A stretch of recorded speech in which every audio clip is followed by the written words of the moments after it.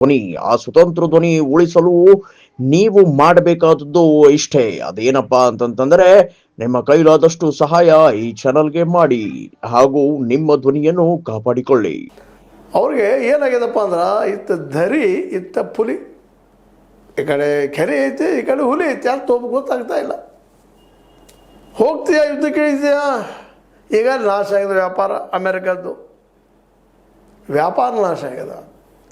ಕೊಲ್ಲಿ ರಾಷ್ಟ್ರಗಳು ಇದರಿಂದ ದೂರ ಸರಿದ್ಬಿಟ್ಟಿದ್ದಾರೆ. ಉಪಯೋಗ ಇಲ್ಲಪ್ಪ, ಇವ್ರಿಗೆ ಬೆನ್ನು ಹತ್ತಿದ್ರೆ ನಾವು ನಾಶ ಆಗ್ತೀವಿ.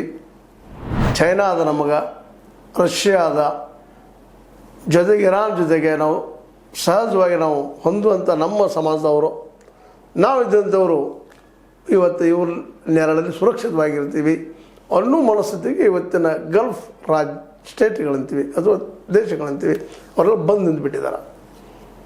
ಈಗೇನೋ ಮತ್ತಿಲ್ಲ, ನಿರ್ಬಂಧನಷ್ಟು ಬಿಗಿ ಮಾಡ್ತಾ ಇದ್ದಾರೆ, ಮತ್ತೇನೋ ಮಾಡ್ತಾಯಿದ್ದಾರೆ ಹೊರ್ಮೋಜನ್ನು ಅಂಥೇಳಿ ಅಲ್ಲೇ ಈ ಇರಾನ್ ಇದ್ದಿದ್ದು ಗಟ್ಟಿ ನಿಂತ್ಕೊಳ್ಳೆ ಮತ್ತೆ ಇವರು ಧಮಕಿ ಹಾಕ್ತಾ ಮತ್ತೆ ಮಾತುಕತೆಗೆ ಬರ್ತಾಯಿದ್ದಾರೆ.